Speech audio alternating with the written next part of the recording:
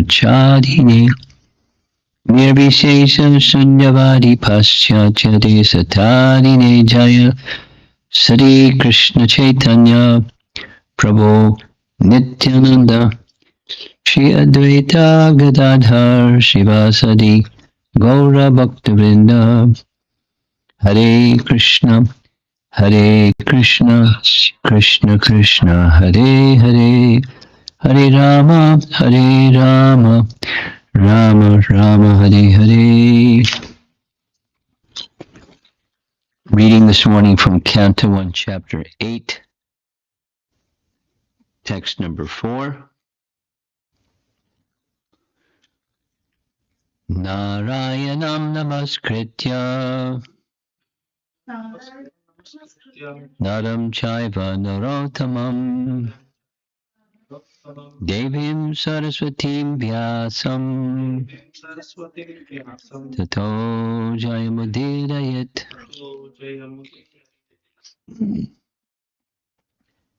Text 4. Santabhyam asamunibhir Hatabandhun Suchapitan Bhuteshu Kalasya Gatim Darshayana Prakriti Priyam, citing the stringent laws of the Almighty and their reactions upon living beings, Lord Sri Krishna and the Munis began to pacify those who were shocked and affected. Purport. The stringent laws of nature, under the order of the Supreme Personality of Godhead, cannot be altered by any living entity. The living entities are eternally under the subjugation of the Almighty Lord. The Lord makes all the laws and orders, and these laws and orders are generally called Dharma or religion. No one can create anything, both materially and spiritually. As long as we are in the material world, our duty is to follow the orders of the Lord. And if by the grace of the Lord we are liberated from the clutches of the material world, then in our liberated stage, also we can render transcendental loving service unto the Lord. In our material stage, we can see neither ourselves nor the Lord for want of spiritual vision. But when we are liberated from material affection and are situated in our original spiritual form, we can see both ourselves and the Lord face to face. Mukti means to be reinstated in one's original spiritual status after giving up the material conception of life. Therefore, human life is specifically meant for qualifying ourselves for this spiritual liberty. Unfortunately, under the influence of the illusory material energy, we accept this spot life of only a few years as our permanent existence, and thus become illusioned by possessing so-called country home, land, children, wife, community, wealth, etc., which are false representations created by Maya or illusion. Under the dictation of Maya, we fight with one another to protect these false positions. By cultivating spiritual knowledge, we can realize that we have nothing to do with all this material paraphernalia. Then, at once, we become free from material attachment. This clearance of the misgivings of material existence at once takes place by association with the Lord. The Lord's devotees were able to inject the transcendental sound into the depths of the bewildered heart and thus make one practically liberated from all lamentation and illusion. That is a summary of the pacifying measures for those affected by the reaction of stringent material laws exhibited in the form of birth, death, old age, and disease, which are insoluble factors of material existence. The victims of war, namely the family members of the Kurus, were lamenting the problems of death, and the Lord pacified them on the basis of knowledge.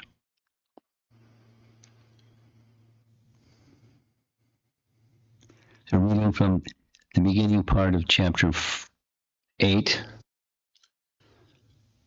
prayers of Queen Kunti. So the prelude before the prayers of Queen Kunti is the scene at the beginning of the chapter. The scene at the beginning of the chapter is the formality of dealing with the so many departed souls that died, particularly the Kauravas that died, led by Duryodhana, and they followed him. They died during the battle, and there's rituals being performed for the departed souls and dealing with the grief of those who are no longer with those departed souls, the family members, etc. And this is a rerun of what happens in the world when there's wars. Some persons and some persons are on the losing end. Even the winning end may be losers of loved ones, etc., etc. And it's not, the two things. It's not easy to deal with, but there's transcendental knowledge that if we're called upon, sometimes we're called upon to help someone who's mourning or in grief to deal with that emotion. Now there's material things or mode of goodness, material things, and then there's transcendental things that one can do. And here the transcendental thing is what Krishna is doing. I mean, Krishna is a relative also. He's not, the division of the Kauravas and the Pandavas was Dhritarashtra's doing. And there was the purpose behind it was he, Dhritarashtra, wanted to become king, like anything. And if he couldn't become king, then his son should become king. And to make a distinction between his son, who really was not the by birthright, by law of progenitor, he was not the one to become king, but Yudhishthira was to become king. So by word jugglery or by nomenclature, he just called his sons the Kauravas, the descendants of Kuru, from the Kuru dynasty. His son, the eldest amongst the Kauravas, should become the king. And that was his intention in making this distinction of nomenclature. And the sons of Pandu were the Pandavas as if they weren't part of the royal family. It was by label, it was just a strategy to get what he wanted. So Pandavas and Kauravas. And soldiers on both sides, the Kaurava side and the Pandava side, had died. So now the scene at the beginning of chapter 8 is they're by the sacred river and performing rituals for the departed souls and feeling grief. And Krishna is also there. And one of the functions that Krishna is doing is the Adi Guru function. He's doing what priests or spiritual masters are sometimes called upon to do, to deal with the grieving of loss. And, life is one of them. But, there's other things that people grieve over: the loss of property, the loss of a relationship, the loss of something that's important to them. And, becoming attached to something that's temporary And then losing that's something that's temporary. When you're attached to it, causes grief. So the essence of the purport is what Krishna said, the transcendental knowledge that Krishna imparted to the grieving survivors of the war. I mean, there's wars all over the place. And let's see what happens, but chances are there'll be increasing wars all over the place. It's just the nature of Kali Yuga and nature of dissension between one person or another person, or one group or another group, or one nation or another nation. And there's dissension. And the dissension, when it gets out of hand, can become a complication of war. A nice description that Duryodhana wanted the war, Yudhishthira didn't want the war, and the Pandavas didn't want the war. But they were ready to do what Krishna wanted, and Krishna wanted the war. Krishna wanted to eliminate demoniac kings as one of the essential purposes of his appearing. So he wanted a war in which wholesale the demoniac kings could be eliminated, and sure enough, that's what happened. But in this verse, it's just the after effect of those souls that departed. What do? So there's some rituals. You do those rituals. I mean, this is real day stuff that we encounter in the course of our Krishna consciousness. Somebody's lost somebody, a relative, a grandmother, grandfather, something. They departed. And then what do? Same thing. The rituals for the departed soul, and so it makes it auspicious. I mean, different persons have different mixture of piety and impiety, or duskriti and sukriti. And their destination is going to be determined by those things. However, there's something that we can do, or a family member, friend, relative, etc., can do, and there's some rituals. It's just it's basic standard stuff in Vedic culture. When someone comes to know that a family member or someone dear to them, etc., has departed this world, they put everything on hold largely, and then proceed to performing these rituals. And if it's a human being for whom this ritual is being performed, then their consciousness, if the good and bad in mix, is going to determine their destination. But those that remain behind, we can do things that diminish the negative and increase the positive influence, creating auspiciousness for the departing soul. And it's not just notional, it's fact. And that's what they're doing, the surviving personalities. Now, that was a little background for the verse. The emphasis that Prabhupada is making is the laws of nature are infallible. The laws are infallible. The law enforcement is infallible. No one can escape the laws or the law enforcement because they're from the Supreme Lord.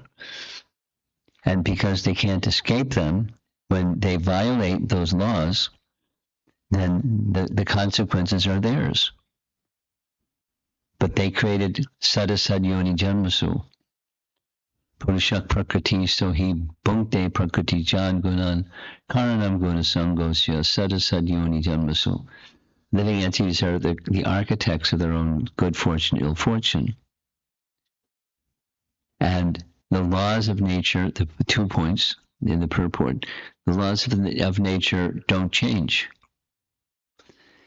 It's certainly possible that someone with incredible power invested in them by the Supreme Lord, they may contradict by their behaviors, their conduct, by their activity, something that appears to be a law of nature, like flying in the sky or walking in the water or manifesting something, or there's mystic powers, but that the mystic power comes from the Supreme, and the laws come from the Supreme.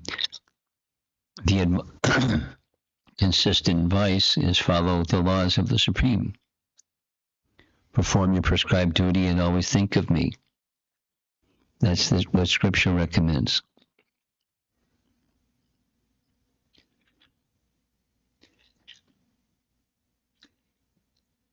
And that's how we should live our life. And when someone departs, then the transcendental knowledge, these similar two things. There's some rituals, in some, at least depending upon circumstance, perhaps very simple fashion, palmfuls of water offered in oblations to the departed soul, and so forth.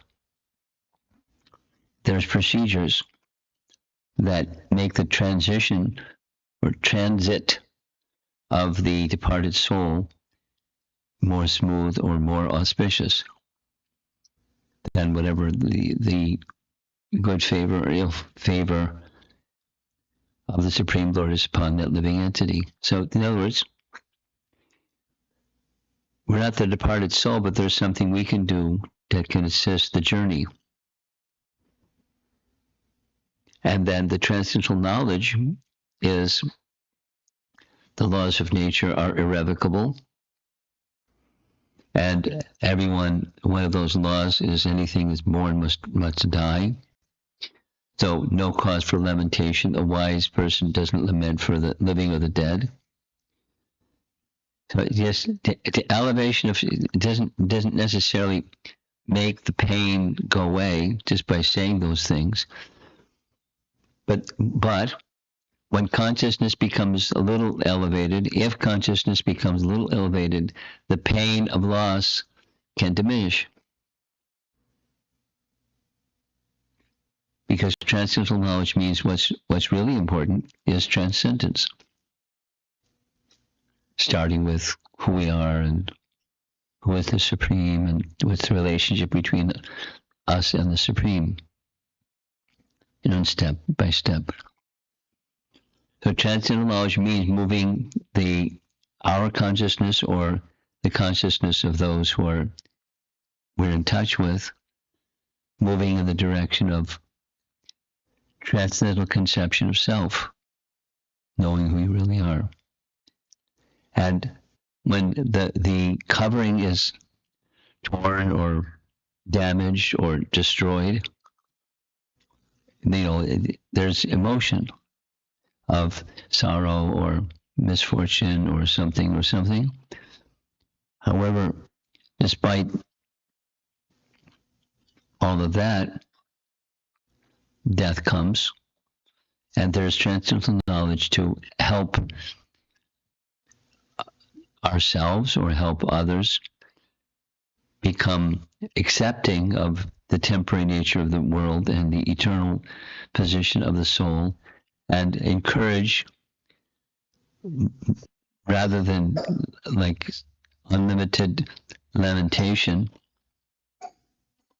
due to loss, there's certainly the possibility of doing something that causes spiritual elevation for the soul.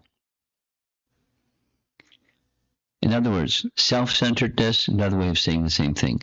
Ahankara, or false ego, is an invitation for misery, because it's not who we really are.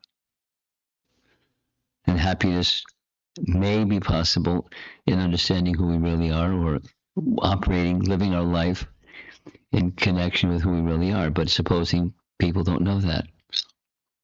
Lots of people don't know that, or even if they know that, it's theoretical, And so from time to time in cycles, there's sadness just from being in the world, or a living entity that's being given spiritual direction. They get so lost in limitation, they forget the subheading at the end, the purpose for which Krishna orchestrates the loss of the temporary body. The one is just by definition, bodies are temporary. Anyway, there's nice examples where, at least in terms of Srimad Bhagavatam, different than Mahabharata, but when the Pandavas and when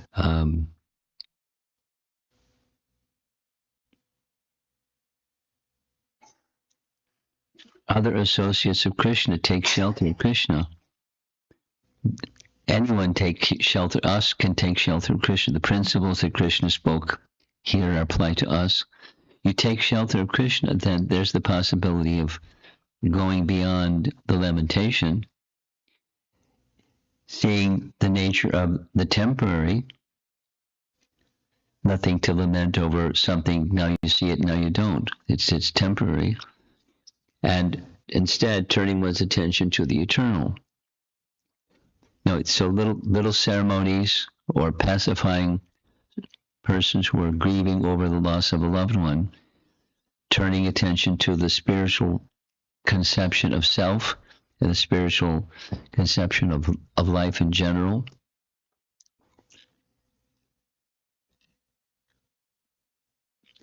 It's powerful. It has an impact. Grief may continue and all of those things, but in a highly sensitized zone of feeling great grief over loss of a loved one or many loved ones, the sensitivity increases, and the hearing of transcendence, because sensitivity has increased, may be more possible. And even if it's not possible, it's the right thing to do. Even if understanding and remembrance and mitigation of that sorrow doesn't take place, still it impacts the soul. So that's the role of transcendental knowledge, and that's the role that Krishna is performing in relation to the Kauravas, those that are grieving the loss of their family member, brother, son, father, whatever the various relationships. Some are gone and some are in bad condition, materially speaking. And so they analyze why and why has all of this happened? The question people ask. There are many levels, but it was Krishna's plan that these followers of Duryodhana and Duryodhana's followers, they became condemned by being blind followers of Duryodhana.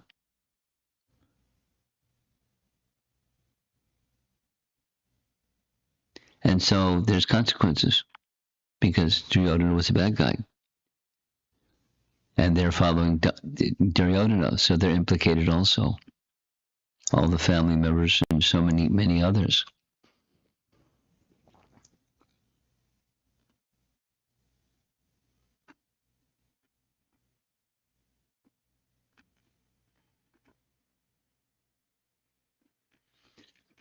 I find it interesting, I'll end with this. I find it interesting that the prayers of Queen Kunti are proceeded in this particular way, meaning Krishna pacifying the family members of the deceased army soldiers with transcendental knowledge and rituals. The next is coming as Krishna caused or encouraged or supported Maharaj Yudhisthira to do 3 Ashwamedha Yagyas. Ashvamedha Yagyas, in order to create auspiciousness for the departed souls. So that's Karma Kanda, who does our Ashvamedha Yagyas. We don't, and we're not qualified. And then the understanding is, by Bhakti, everything is already included, so we don't need the everything or parts of everything. We just need exclusive Bhakti for a departed relative or any of the circumstances of life.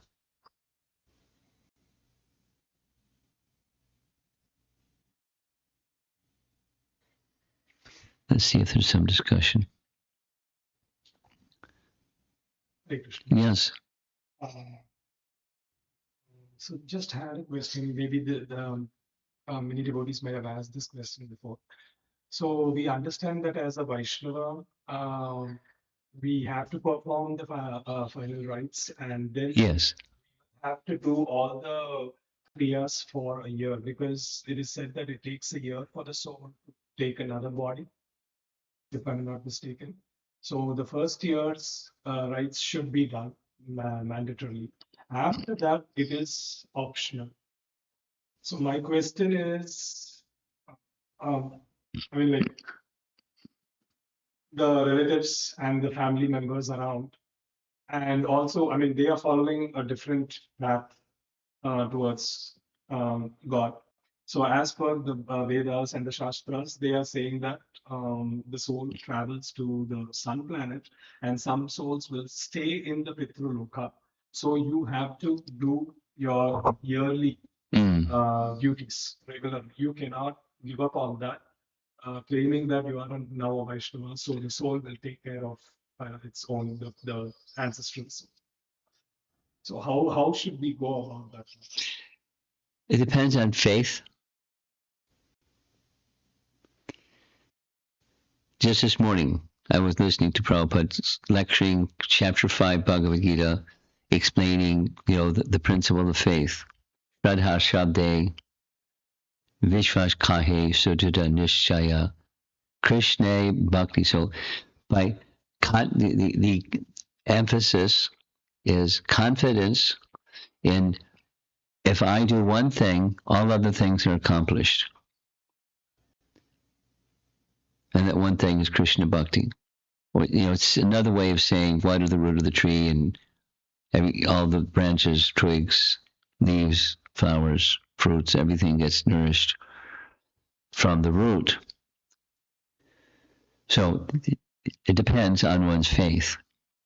My answer to your question is, if one has sufficient faith, that at least in principle, they need not do other things.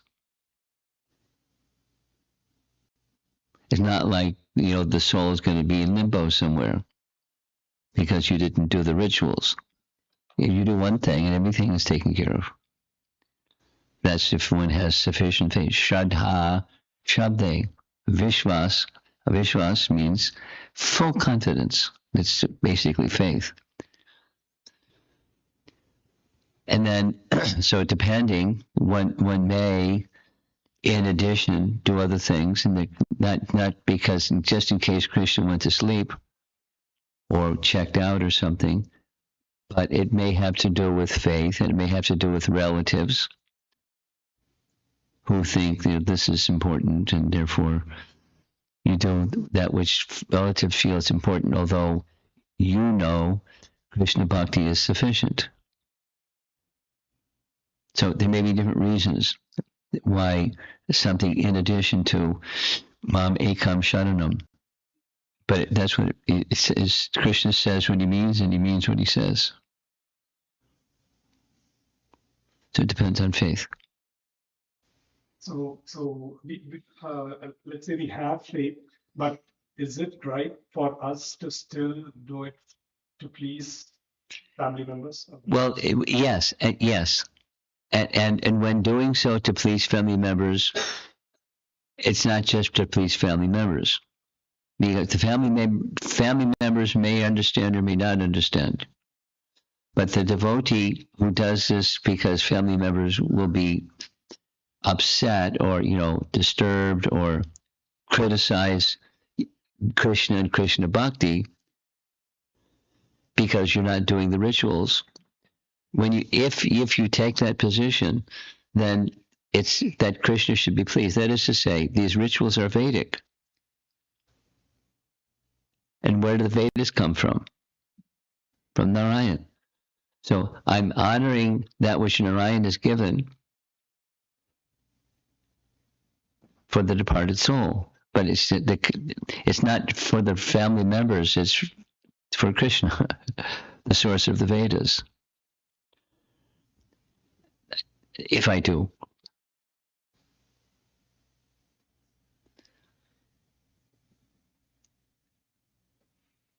Okay, so different emotions could be from family members if it's insulting to them, their sensibilities and their faith. We don't want that. It's not like that. You can't help people having a negative emotion towards anything. They're going to have whatever they're going to have. You can't create it nor stop it.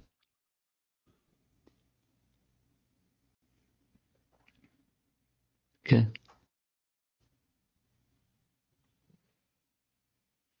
Anything else? Yeah. When Kapila Muni instructs Devahuti, Kapila Bhagavan explains about the soul, prayers of the soul in the mother soul. Yeah. So, explain how come the soul has that pure consciousness? Is it because of the suffering that he is going through?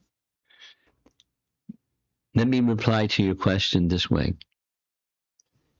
On more than one occasion, when somebody asked a question, Prabhupada would sometimes ask, is this on topic of what we just spent, half hour, 45 minutes discussing?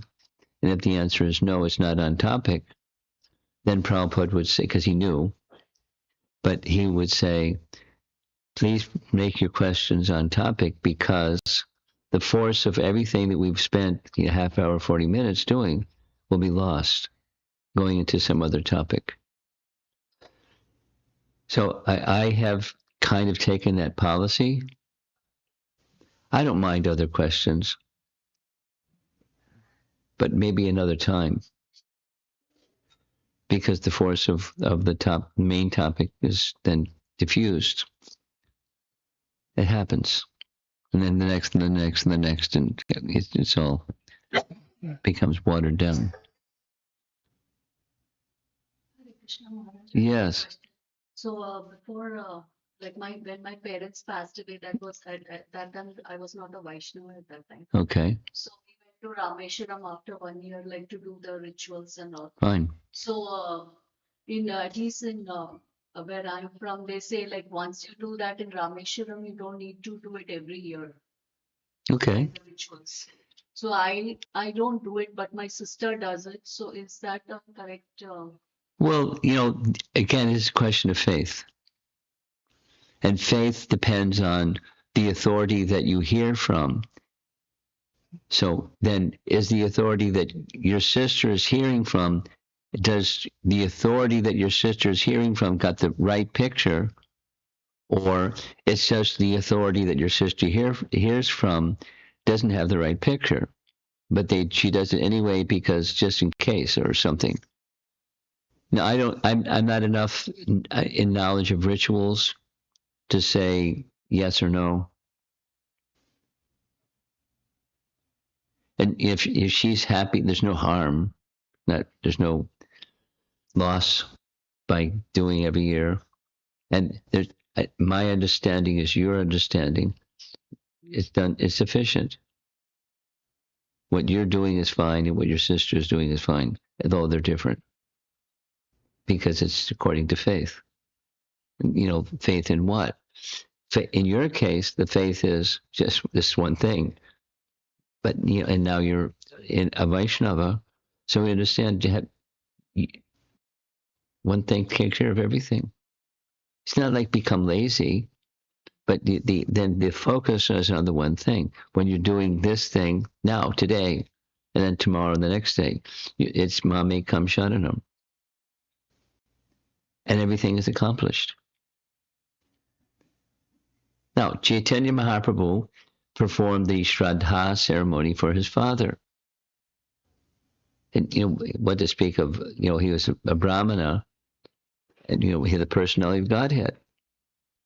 But there's different things in why he did what he did. That wasn't your question, but he did what he did to set an example and to meet Ishwara Puri and receive Diksha from him. It was a pastime.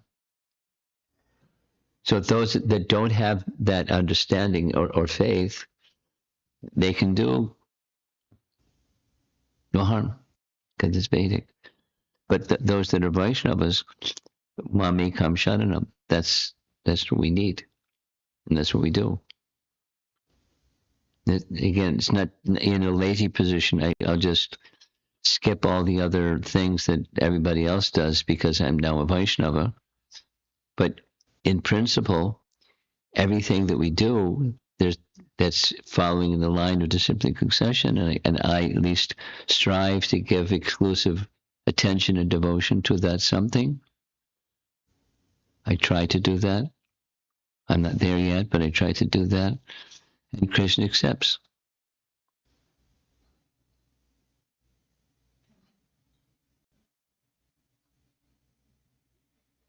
Anything? Online question. Okay. Ramya Mataji. If the nature of Kali Yuga is bad with wars, etc., is it okay to fight against it? In other words, is it okay to fight against one karma? Well, the framing of the question is different. The context and then the framing of the question. So you're not fighting against your karma. That's the punchline of the question. You don't fight against your karma because, as we heard, the laws of nature are infallible. So fighting against your karma is engaged in bhakti, because bhakti can dissolve karma. Now, the context is, wars. And then it's a whole other thing about how does, when I'm in this country or that organization or, this upadi thing, and there's conflagration on the scale of war, should I participate in it? That's another question, which is not her question.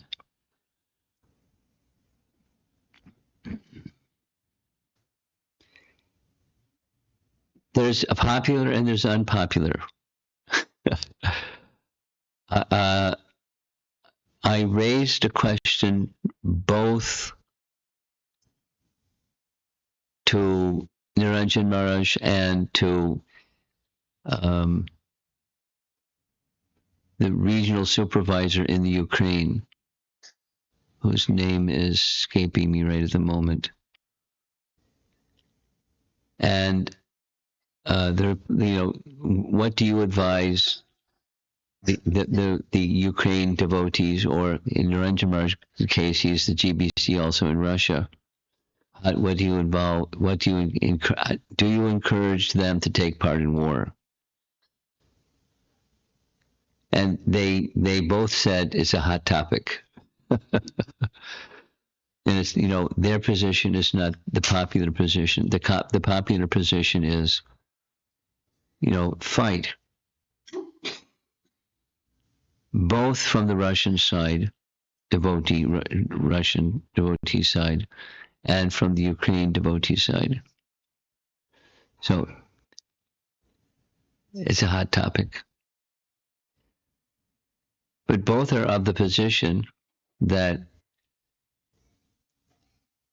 transcendental, Arjun's not wanting to fight was ethical and virtuous, and that Krishna wanted that tipped the scale.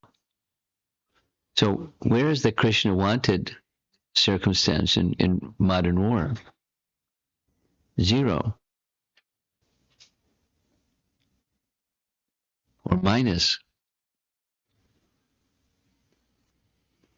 And there's something else that's behind modern war. It's just, conquest and control and enjoyment and power and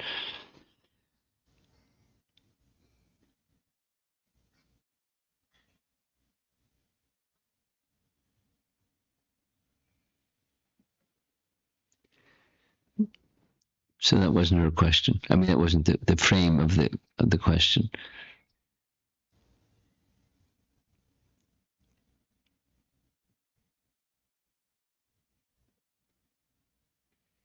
Party spirit rooted in the upadi or bodily conception of life is not recommended for devotees to be engaged in. Now, while many people may be engaged in it, it doesn't hold that same value for us as it does for other people. The value of what's right and what's wrong, and the good guys and the bad guys, the virtuous and the demons.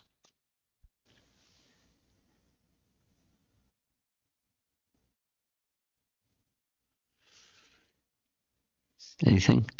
Yes. Like, just a follow up on that, Maharaj, on the wars topic. I mean, like, though we are following the path of Vaishnavism, but still we owe a great debt to our motherland, because without motherland, we won't be where we are. And we are surviving on that land. So is it not right for us to? Okay. I'll give the one can make an argument like that. And on the other hand, the transcendental argument is that what is that rulership of this country or that country or anyone that's virtuous to the point where taking lives of others or sacrificing one's own life is on the transcendental plane? Where's that leadership?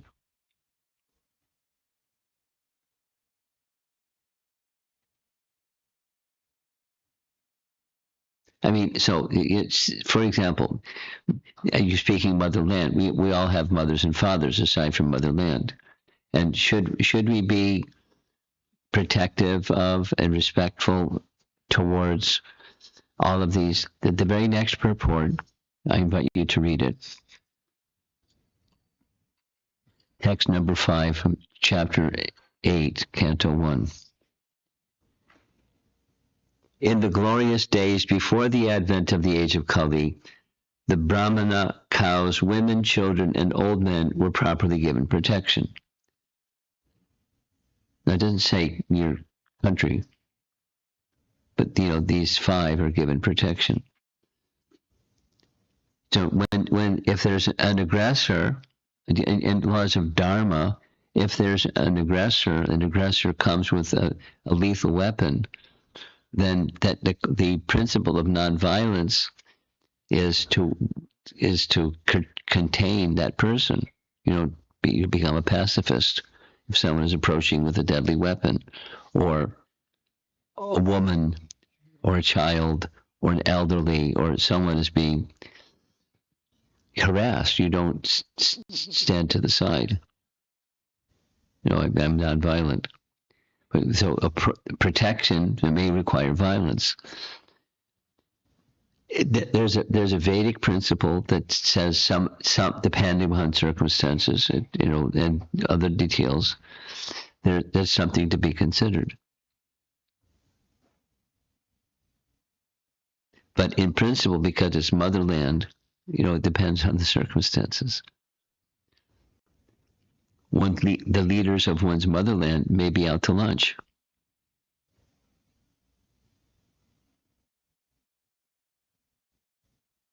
Without going into the leader says charge, and everyone's supposed to follow because the leader says charge, because he's the leader. and he's representing the motherland. But he could just be, a demon leading the country. We should just be aloof of the situation. Huh? So we should just take a. It depends on the principles of Dharma that are at stake.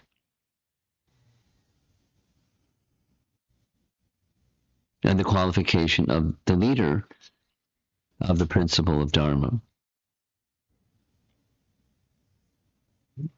And in this, this age, that's where are there such leaders? Okay. Srila Prabhupada ki jai.